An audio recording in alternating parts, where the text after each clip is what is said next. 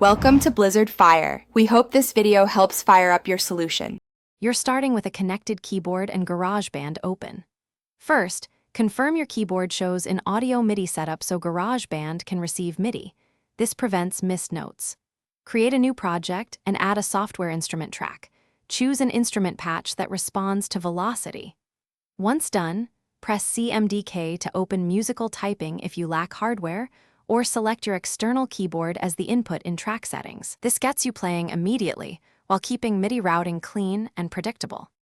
Now you record and shape performance.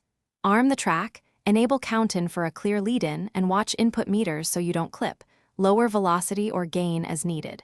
Record a take, then use quick swipe comping or keep take lanes to pick the best phrases. Once you have a region, apply quantize to correct timing, set note value and strength to taste. Duplicate regions and try different patches or effects to build harmonic layers, and make small panning changes for clarity.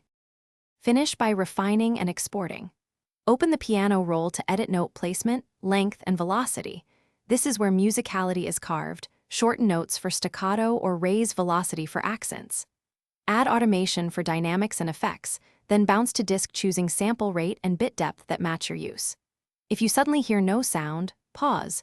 Verify the keyboard's MIDI channel, confirm GarageBand's MIDI input, and check track and master volumes. Restarting GarageBand or reconnecting the cable often resolves stubborn device recognition issues. Thanks for watching. If you found this helpful, don't forget to like and subscribe.